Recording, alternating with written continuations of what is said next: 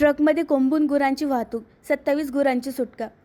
ट्रकमध्ये कोंबून नेत असलेल्या म्हशी व रेडे अशा एकूण 27 जनावरांची सुटका पोलीस मित्र आणि बजरंग दलाच्या कार्यकर्त्यांनी केली. या प्रकरणी ट्रक चालकासह तिघांविरुद्ध गुन्हा दाखल करण्यात आले असून जनावरांना गोशाळेत पाठवण्यात आले. मेहकर ट्रकमध्ये कोंबून नेण्यात येत असलेल्या म्हशी व रेडे अशा 27 जनावरांची सुटका. जानेफळ पोलीस स्टेशन हद्दीत 1 डिसेंबर रोजी दुपारी 16 टायरचा ट्रक क्रमांक MP 51 ZA 8816 मधून म्हशी व रेड्यांची अवैध वाहतूक केली जात असल्याची माहिती मिळाली. नायगाव दत्तापूर येथून जानेफळकडे भरधाव वेगाने जाणाऱ्या या ट्रकमधून गुरांचा हंबरडा ऐकू आल्याने संशय निर्माण झाला. ही जनावरे कत्तलीकरिता नेत जात असल्याचे लक्षात येताच जानेफळ व देऊळगाव सकर्शा येथील पोलीस मित्र व बजरंग दलाच्या कार्यकर्त्यांनी ट्रक अडवला. ट्रकमध्ये कोंबून भरलेल्या जनावरांचा श्वास गुदमरला होता, तसेच काही जनावरे जखमी झाली होती.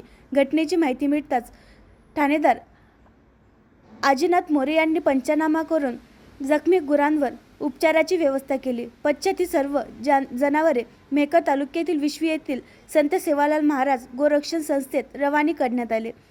एकूण 27 म्हशी व रेडे मध्य प्रदेशातून खामगाव येथील व्यापाऱ्याकडे नेण्यात येत होते अशी माहिती समोर आली आहे. ट्रक चालक आणि गाडीत उपस्थित तिघांना पोलिसांच्या ताब्यात देण्यात आले. या प्रकरणी जानेफळ पोलिसांनी इश्तियाक अहमद मोहम्मद इब्राहिम राणा सट्टी तालुका भोगनीपूर जिल्हा कानपूर, सैजाद नवाब कुरेशी राणा डिटोरी तालुका नैनीताल जिल्हा मंडळा, बसी अहमद मसीद अहमद राहणार बवार तालुका भोगीनपूर जिल्हा कानपूर यांच्या विरुद्ध कलम 281 BNS 2023 सह कलम 185 मोवाका सह कलम 11(1) D 6(1) प्राण्यांना क्रूरतेने वागवणे याबाबत अधिनियम 1980 प्रमाणे गुन्हा दाखल करण्यात आला आहे. पुढील तपास जानेफळ पोलीस करीत आहे.